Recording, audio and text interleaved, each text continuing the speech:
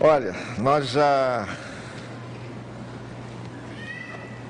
já lemos o Salmo 100 durante esse mês de janeiro. Nós nos dedicamos a fazer algumas reflexões muito práticas, muito objetivas e muito especialmente com uma aplicação muito direta à nossa vida. Não só os salmos, é claro, toda a Bíblia tem que ser lida e toda a Bíblia tem que ser aplicada de maneira muito objetiva e prática. Mas, muito especialmente os salmos, que normalmente é considerado uma reunião, um conjunto de poemas. Os salmos têm uma série de linguagens poéticas, como eu já expliquei para vocês. O saltério, que é essa coleção de salmos judaicos, eram usados primeiramente no templo. E depois, quando não havia mais o templo, nas sinagogas onde os judeus se reuniam. Depois, quando o cristianismo começou, os primeiros cultos cristãos seguiam muito a estrutura judaica de culto. Então, o que os primeiros cristãos faziam era isso, era cantar os salmos, era uma reflexão sobre a palavra, e a única coisa diferente que eles acrescentaram naquela época foi a celebração da ceia, que os judeus não tinham isso nas suas celebrações na sinagoga. Mas de resto, pelo menos em grande parte do primeiro século do cristianismo, os cristãos reproduziram muito dos próprios cultos nas sinagogas e na estrutura desses cultos. E uma das coisas que era feita lá sempre era a leitura de salmos. Os salmos têm uma importância enorme para os judeus. A gente vê isso pela quantidade de vezes que os salmos são citados no Novo Testamento. O livro mais citado no Novo Testamento é o livro de Salmos. E para vocês terem uma ideia da importância dos salmos, das 7 palavras que Jesus Cristo falou na cruz, as chamadas 7 últimas palavras, 3 eram citações de salmos. Foram citações de salmos que Jesus fez quando estava crucificado. Então, os salmos têm uma importância enorme para aqueles que querem conhecer as Escrituras, até especialmente porque os salmos são uma reprodução das nossas próprias alegrias e das nossas próprias tristezas. Todos nós, na nossa efemeridade, na transitoriedade da nossa vida, na condição precária da nossa existência, passamos por dores e alegrias como os salmistas também passaram. E eles foram registrando essas alegrias e registrando essas dores nos salmos. De maneira que quando a gente lê os salmos, nós não estamos lendo os salmos dos salmistas apenas. Nós estamos lendo os nossos salmos, as nossas alegrias e as nossas dores, da maneira como nós vamos nos identificando com isso. Eu queria hoje à noite, então, para encerrarmos esse ciclo dos salmos que fizemos ao longo desse mês, de fazer algumas reflexões sobre o Salmo 100. O Salmo 100 é muito conhecido, ele é um salmo pequeno, são 5 versículos, e está naquele conjunto de salmos chamados salmos doxológicos. A palavra doxa no grego significa glória. Então, uma coisa doxológica é algo que glorifica. Então, este Salmo 100, com alguns outros que são também doxológicos, significam salmos que glorificam a Deus, ou que convidam a glorificar.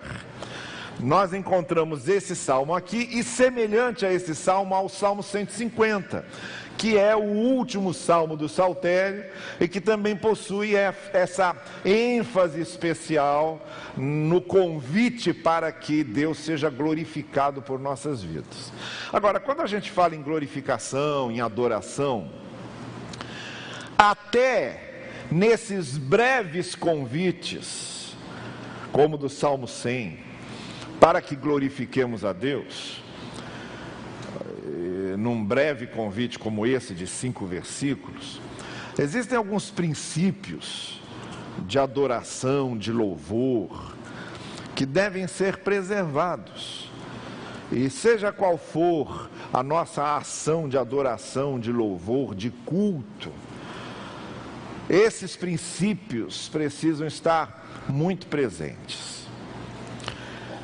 Mais do que isso, não são só princípios para a adoração, mas valem também como princípios de postura de vida, princípios de postura da nossa identidade como servos do Senhor, como seguidores do Evangelho. E esse Salmo 100 possui esses princípios de postura de vida que caracterizam de maneira especial os seguidores do Evangelho. E lido do ponto de vista do Evangelho, porque, como eu também já expliquei para vocês algumas vezes, depois que Jesus Cristo veio, toda a leitura do Antigo Testamento tem que ser feita a partir da ótica do Evangelho. Jesus Cristo se transformou na porta de entrada do Antigo Testamento. A partir de Cristo, a gente só entende o Antigo Testamento e só deve entrar para interpretar o Antigo Testamento através de Jesus. É Jesus, o que ele ensinou e a proclamação do Evangelho que nós temos no que nós chamamos de Novo Testamento, que ilumina todo o Antigo Testamento com a sua mensagem. Até os Salmos, eles ganham vida nova e ganham uma dimensão inédita quando nós os observamos e quando nós lemos os Salmos a partir da ótica do Evangelho. Por exemplo, nós vimos que isso acontece no Salmo 1º, que foi um dos salmos com os quais nós trabalhamos aqui. Qual é a figura principal do Salmo 1º? O justo. O Salmo 1º ensina como é que o justo anda e o que é que o justo faz. E a gente lendo o Salmo 1º, a gente logo percebe que ninguém consegue viver 24 horas por dia, da vida inteira, o que o Salmo 1º pede. Haverá sim algum momento em que a gente vai parar na roda dos escarnecedores, haverá sim um momento em que a gente se detém no caminho dos pecadores, isso acontece, tem acontecido. Então, uma coisa que a gente descobre no Salmo 1º é que nós jamais conseguimos ser aqui o justo que o Salmo 1º apresenta. Agora, quando a gente lê do ponto de vista do Evangelho, a gente descobre que o justo do Salmo 1º é Jesus. E quando a gente lê então o que o apóstolo Paulo diz, que em Jesus nós somos justificados, quando nós estamos em Cristo nós somos justos, aí a gente entende que o Salmo 1º se refere a nós sim, mas se refere a nós através de Jesus, através do Evangelho. Ele é o justo, e como a gente não pode ser justo como Jesus é, nós somos integrados a Ele pela fé, nós pertencemos a Ele, nós estamos nele, e aí, quando Deus olha para a gente, Ele não está mais olhando só para a gente, Ele está olhando para a gente através de Jesus. E aí Ele já não enxerga só o que nós somos, Ele enxerga o que Jesus fez de nós, aquilo em que Jesus nos transformou. Então é dessa forma que eu digo que os salmos, até os salmos, precisam ser lidos do ponto de vista do Evangelho e do ponto de vista da nossa experiência com a mensagem de Jesus. Não foge da regra esse Salmo 100. Então, se você tiver aí a sua Bíblia aberta, e você pode acompanhar aí mesmo no boletim, se o pessoal da imagem, lá, já fizeram, turma boa, já botaram lá. A gente vai acompanhando aqui e vamos vendo aí os princípios de postura, de adoração, de vida, que esse salmo nos apresenta. Então, é um salmo que fala de culto, de adoração. Mas não é uma adoração qualquer. Vocês estão vendo ali aquela expressão, todos os habitantes da terra. É aquilo que está escrito ou só eu que estou lendo aquilo? Todos os habitantes da terra. E quando está todos, é todos, sem exceção.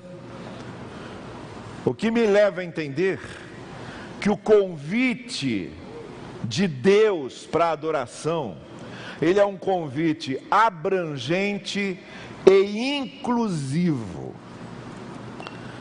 O convite que é feito a nós para adorarmos a Deus é um convite que abrange, que abarca e que inclui. E aqui eu já encontro a primeira contramão em que muitas vezes nós ficamos, até como seguidores de Jesus. Porque tem muita gente que diz que é seguidora de Jesus, mas que está sempre pronta a excluir, a fazer distinção, a selecionar, a construir muros, a separar,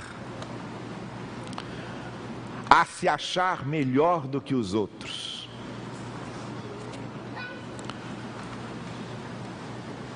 a se sentir juiz dos outros,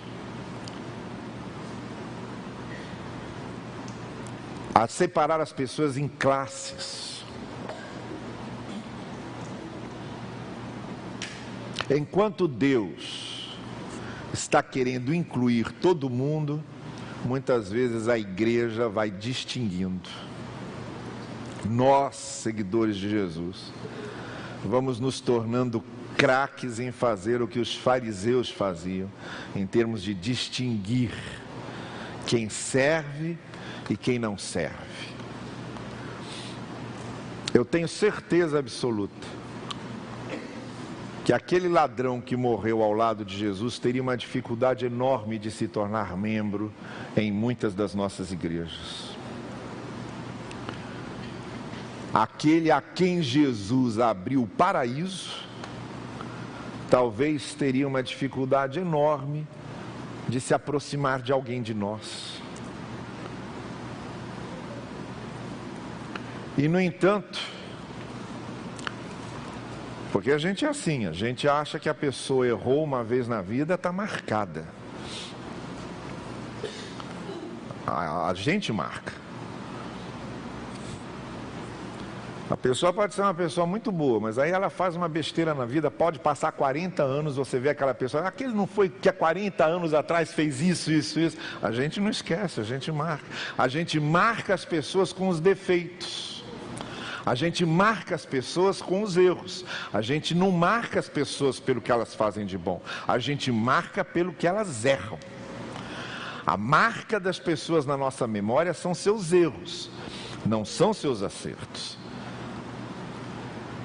E enquanto nós fazemos isso, o convite de adoração é um convite de abrangência, de inclusão. Venham todos. De vez em quando alguém chega para mim e fala: pastor, como é que isso pode acontecer numa igreja? Eu digo: pode. Se você pega os 12 discípulos de Jesus, eram só 12.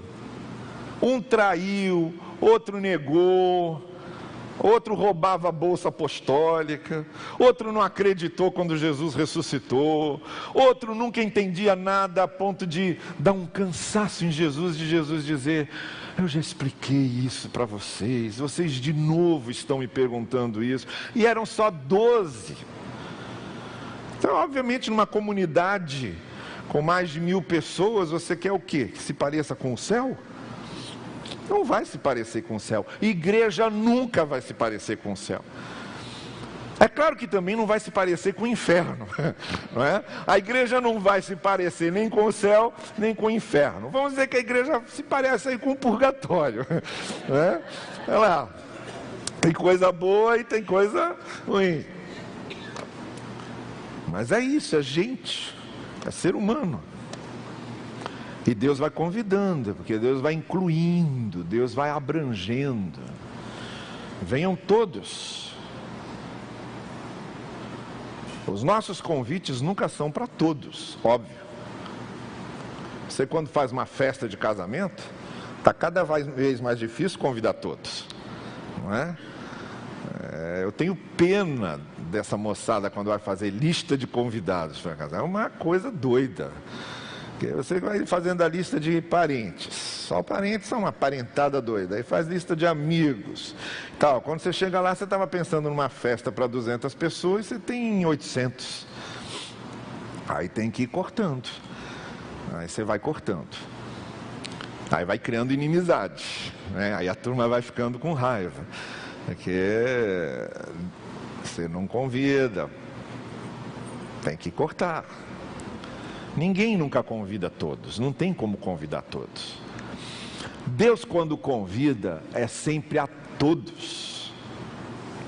Porque a graça de Deus, ela não está limitada como nosso planejamento orçamentário, nosso planejamento financeiro. A graça de Deus é abrangente. O conceito de graça é exatamente esse.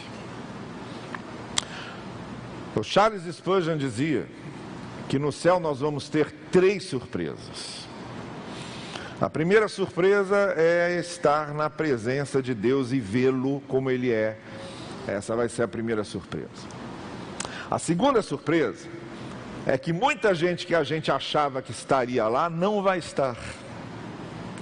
E a terceira surpresa é que muita gente que a gente achava que não estaria, estará lá. Sabe por que isso? Porque é graça, não é merecimento. E porque o convite de Deus é cheio de graça, vai abrangendo e vai incluindo. Então, todos os habitantes da terra são convidados a participar da adoração, a reconhecer a grandeza de Deus. Deus quer que todos se salvem e venham ao conhecimento da verdade. A segunda coisa, vamos para o versículo seguinte. O segundo princípio, e que também nos transmite uma espécie de postura de vida, é isso aí, olha. Quantas vezes esse versículo está falando em alegria? Lá em cima, alegria. Lá embaixo, alegres. Não é? E até a ideia de cânticos. Também é uma ideia, quando a gente fala em cântico, a gente sempre fala em alguma coisa que transmite um ambiente de alegria. Quando você fala assim, vamos cantar um hino tradicional, já não é a mesma coisa, já percebeu? Vamos cantar um cântico, aí o pessoal fica todo animadinho. Então alegria, alegres cânticos. Olha, a segunda coisa que esse salmo ensina é o princípio da alegria. Deixa eu dizer uma coisa para vocês. Às vezes eu, pessoalmente, acho que os cultos, os nossos cultos, às vezes são taciturnos demais. Sabe o que é a palavra taciturno? Sorumbático, macambúzio, acanhado. Às vezes, a impressão que eu tenho é que a gente está chorando um defunto e não celebrando um ressuscitado. Por exemplo, a ceia. A ideia primeira que a ideia de ceia dá é uma ideia assim, sabe, de uma solenidade muito pesada, uma liturgia muito pesada. Jesus morreu, está aqui o corpo, está aqui o sangue. Não, Jesus não está morto, Ele morreu, mas não está morto. A ceia deveria ser um momento de muita alegria e muita festa. Todo culto acho que deveria ser um momento sempre de muita alegria e muita festa. Eu acho que nos cultos a gente até devia evitar os hinos tristes, ou os hinos que levam à tristeza. Porque o que tem hino que leva a gente a ficar deprimido não está escrito. O que tem música que leva a gente a se deprimir não está escrito. O culto tem que passar esse ambiente de alegria. A gente deveria chegar cumprimentando as pessoas com alegria. A gente já chega com aquela cara de não, sabe? Pessoas que só sabem andar com cara de não. Aí você se aproxima da pessoa, tá aquela cara de não, você fica até com medo de dizer bom dia, porque é cara de não, não é? A gente já devia chegar alegre, cumprimentando todo mundo, transmitindo animação. Parece que muitos de nós estão vindo obrigados, para não perder o lugar no céu. Porque se eu não vier no culto, eu vou perder o meu lugar no céu. Então eu vou obrigar. Eu acordo da cama e a cama não sai de mim. Eu carrego a cama nas costas até aqui. Chego até meio encurvado ali com a cama nas costas, porque eu não queria ter levantado da cama. Eu queria ter ficado lá. Eu estou aqui por obrigação, porque eu acho que se eu não vier, eu vou entristecer Deus. E se tem uma coisa que eu não preciso, é Deus como meu inimigo. Então eu vou e participo do culto, mas eu venho por obrigação e não por alegria. Aí tem muita gente que passa por aqui, por essa igreja nossa, muita gente, não é pouca não, tem muita gente que passa por essa igreja nossa aqui e sai às vezes reclamando: puxa, ninguém falou comigo, ninguém me cumprimentou, eu cheguei ali como se eu fosse um fantasma, eu estava do lado de uma pessoa, a pessoa foi incapaz de perguntar meu nome. Se não é o pastor lá na frente dizer, cumprimente a pessoa que está do seu lado, eu já recebi reclamação disso. Já teve gente que chegou para mim e disse exatamente isso: quando eu vejo que está chegando o final do culto, que o senhor vai mandar abraçar, eu saio, porque eu não gosto desse negócio de ficar cumprimentando ninguém. Não gosta, falta alegria. Aí a gente vai passando essa impressão de que nós somos uns coitados que merecem pena, uns mal-humorados, uma gente que não tem o que se alegrar e que não tem o que festejar. Vocês não têm o que festejar? Vocês não estavam no inferno e hoje já não estão no céu? O Senhor Jesus não levou o nosso pecado na cruz, Ele não nos deu uma vida nova, a nossa vida não está nas mãos dEle. Isso não é motivo para festejar a cada domingo? Sabem por que é que o culto é feito no domingo e não no sábado, como os judeus fazem, como os adventistas fazem, como os sabatistas fazem? Porque o domingo é o dia da ressurreição de Jesus. Por isso que o culto é no domingo, porque é o dia da ressurreição de Jesus. É o Domini, é o dia do Domini, do Senhor, por isso que é domingo, Domini, entendeu? É o dia da ressurreição de Cristo, que por si só é motivo de alegria, de festa. E a gente vem, às vezes tem um cântico aqui, que a gente, às vezes, vamos acompanhar com palma. Ninguém é obrigado a bater palma, ninguém é obrigado a bater palma, mas pode cantar com alegria, mostrando que está feliz de estar aqui, mostrando que está feliz de estar aqui. É um conceito, é uma postura de vida, não é só quanto à adoração, não. Se tem uma coisa que crente devia evitar, o máximo é ser um mal-humorado. Levantar um dia ou outro com mau humor, todo mundo levanta. A gente acorda com mau humor, não dormiu bem à noite, está com a cabeça doendo, qualquer coisa assim, tem que ir para o trabalho e enfrentar um chefe chato, é mais um dia que vai ser uma chateação, então você já não acorda muito bem. Uma vez ou outra acontecer isso, mas aquele mau humor renitente, aquele mau humor constante, que as pessoas até evitam de conviver com pessoas mal. Ninguém gosta de conviver com pessoa mal-humorada. A alegria é uma postura de vida, postura de comportamento. Porque se tem alguém que tem motivo para expressar alegria, é esse que foi salvo por Jesus e que está seguindo aquele que ressuscitou dos mortos. Por isso que o Salmo fala em alegria. Na Idade Média, havia um grupo de monges que ficou discutindo se Jesus ria com os discípulos. Eu particularmente creio que ele ria, contava piada para os discípulos, riam juntos. Aquelas parábolas todas eram engraçadas, tinham um fundo engraçado. E os discípulos riam de muitas daquelas histórias. E os monges ficavam discutindo se Jesus ria.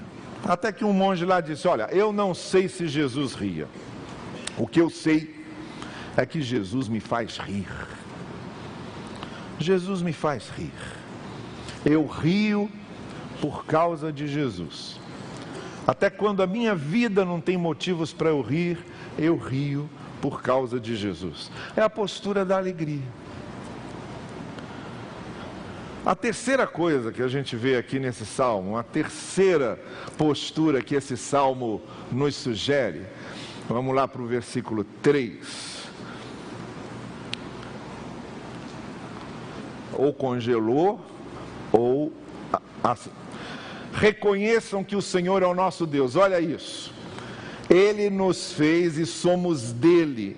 Somos o seu povo, rebanho do seu pastoreio. Um terceiro sentimento que existe na adoração e que deve refletir na nossa postura de vida é o sentimento de pertencimento. Nós pertencemos a Jesus. Nós somos dele, nós somos ovelhas dele. Ele é o nosso Senhor, ele é o nosso pastor, ele é o nosso Deus, ele é o nosso amigo, ele é a nossa porta, ele é o nosso caminho, ele é o nosso pão, ele é a nossa água. A gente pertence a ele. Ele é nosso dono. Ele é o nosso Senhor. Quando eu venho cultuar, eu não estou cultuando um amiguinho de escola. Eu não estou cultuando um conhecido. Eu não estou cultuando uma ideia teológica. Eu não estou cultuando um quadro. E nem estou cultuando uma imagem. Eu estou cultuando um Deus a quem eu pertenço. Esse sentimento de pertencimento, de pertencer a Deus é importantíssimo, porque esse sentimento de pertencer a Deus evita que eu faça muita bobagem na vida. Quando eu tenho consciência que eu pertenço a Deus e levo isso a sério,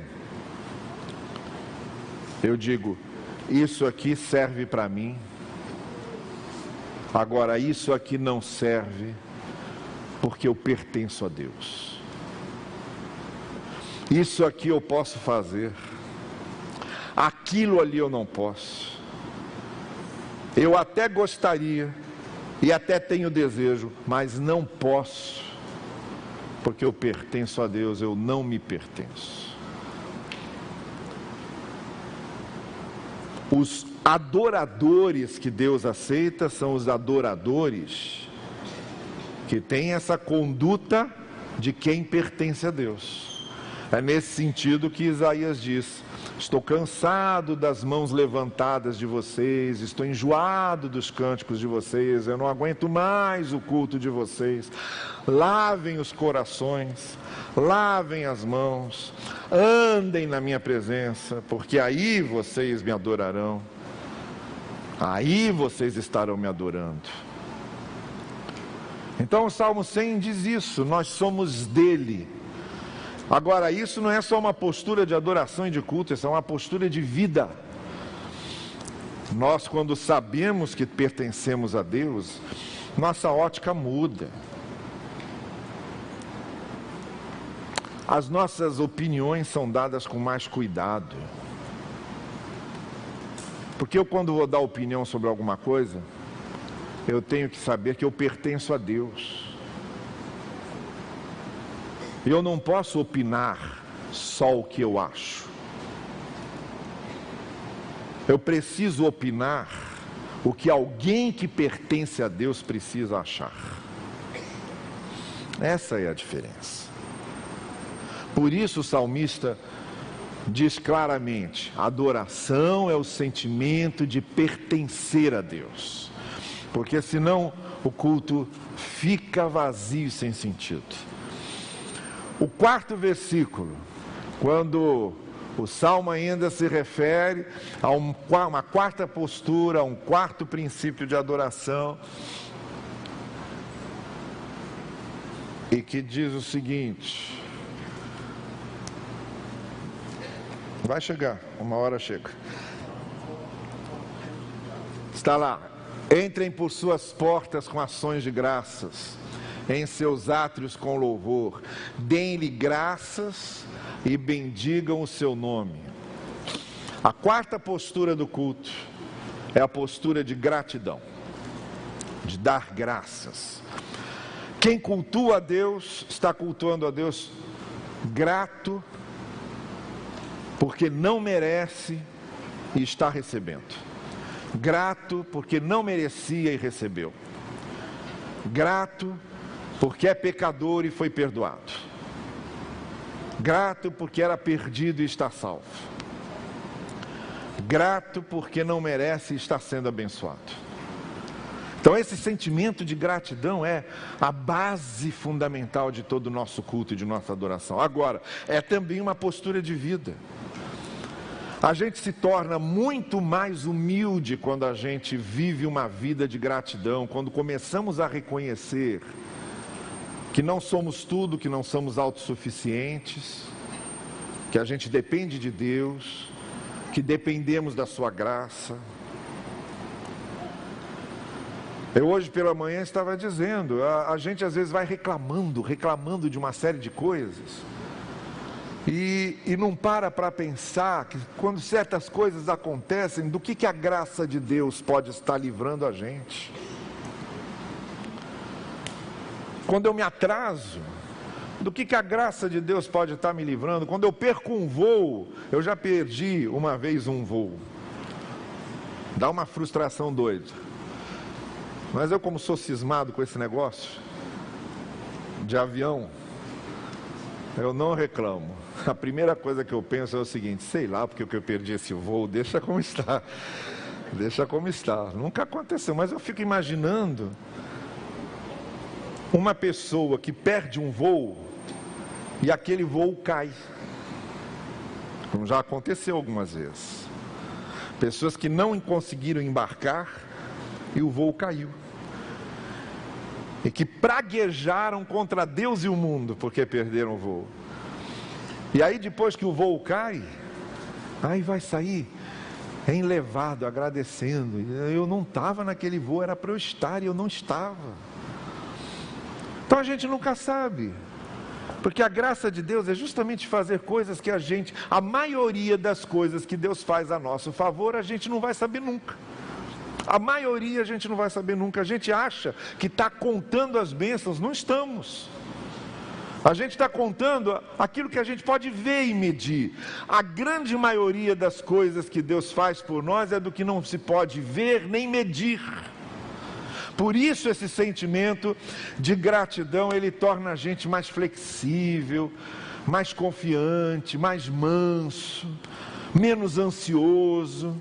Uma pessoa que agradece por coisas que não está vendo e que não está compreendendo, se torna extremamente menos ansiosa.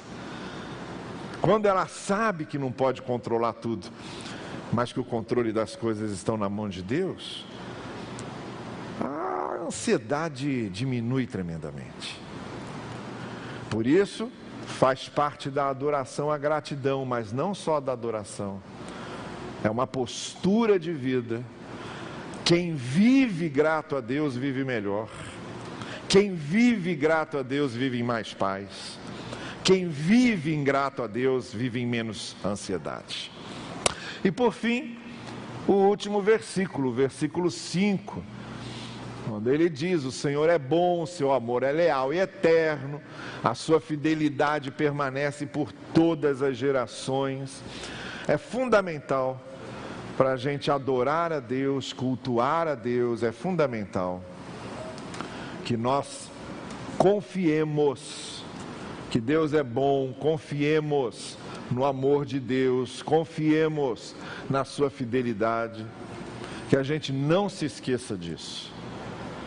Porque quando a gente começa a duvidar da bondade de Deus, quando a gente começa a duvidar se Deus nos ama realmente, quando a gente começa a duvidar se Deus é fiel,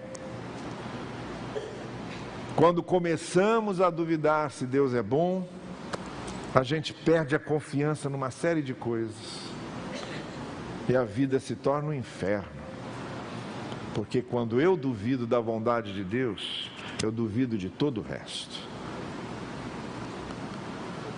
O que faz com que nós tenhamos o sentimento de segurança é justamente confiar que Deus é bom.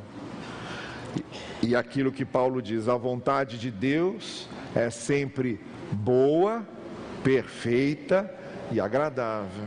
Ainda que me pareça que não. Todos nós temos experiência de coisa que nós pedimos a Deus e às vezes não acontecem como queremos. E às vezes só lá na frente a gente vai descobrir por quê. Eu contava para as minhas filhas quando elas eram pequenas, eu ia dizer crianças continuam sendo. Quando elas eram pequenas, eu contava para as minhas filhas a história da Amy Carmichael,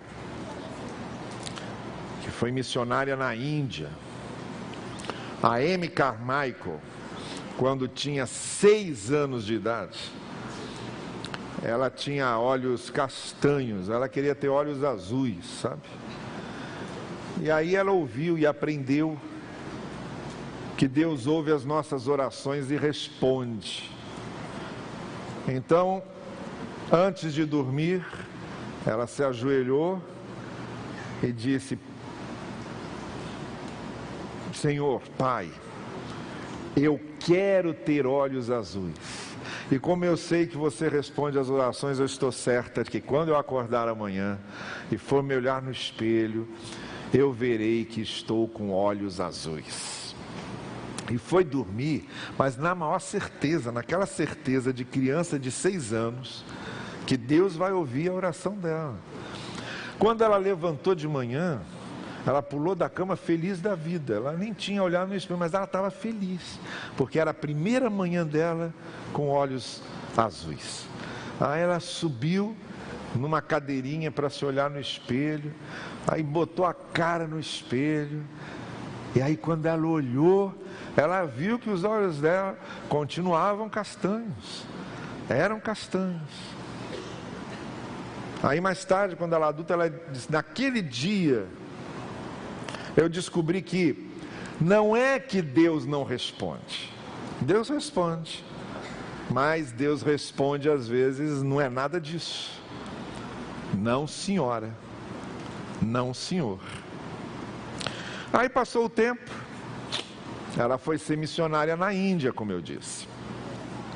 O grupo de missionários ingleses que estavam lá descobriu que havia um grupo que escravizava crianças e usava crianças como escravas, e eles se mobilizaram para entrar nesse lugar e tirar de lá o maior número possível de crianças escravas.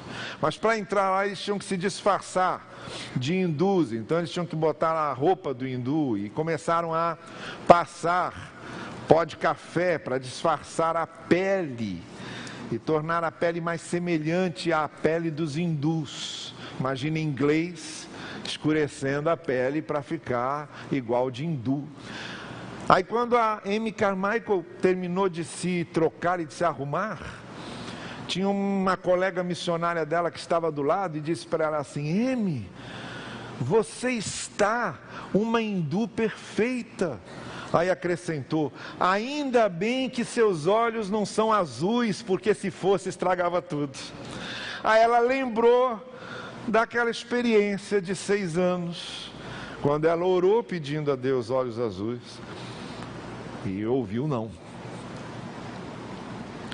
A graça de Deus é isso. Às vezes a gente não entende o que é que Deus está fazendo. Não entende. E vai chegar lá na frente um momento que a gente vai olhar para trás e vai ligar os pontos. Vai ligar os pontos. Sabe o joguinho de ligar pontos, que depois que você liga os pontos, vê a imagem? Vai chegar um dia em que a gente vai ligar os pontos e vai compreender o que Deus fez. Vai entender porque foi daquela forma. E vai conhecer de maneira concreta o que é a graça de Deus. E como é que a graça de Deus age? Eu conheço inúmeras pessoas que acharam mesmo que não iriam sobreviver a certos problemas. que quando atravessaram certas situações na vida, elas disseram: eu não vou conseguir sobreviver a isso, eu não vou aguentar essa barra, eu não vou suportar isso. E lá na frente, quando tudo foi superado, ela olha para trás e vê que conseguiu, e vê que atravessou, e vê que aguentou. Porque é a graça de Deus. A graça de Deus vai agindo e vai fazendo por nós o que a gente nem imagina, porque Deus é bom, porque o seu amor é leal e porque a sua fidelidade ela permanece.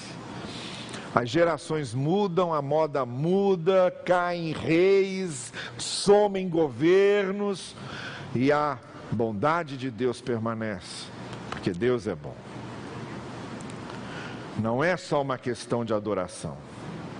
A gente não adora a Deus sabendo só que Deus é bom. A gente vive sabendo que Deus é bom. A gente sai de casa sabendo que Deus é bom. A gente chega no trabalho sabendo que Deus é bom. A gente pega a estrada sabendo que Deus é bom. A gente enfrenta um problema sabendo que Deus é bom. A gente aguenta uma perda sabendo que Deus é bom.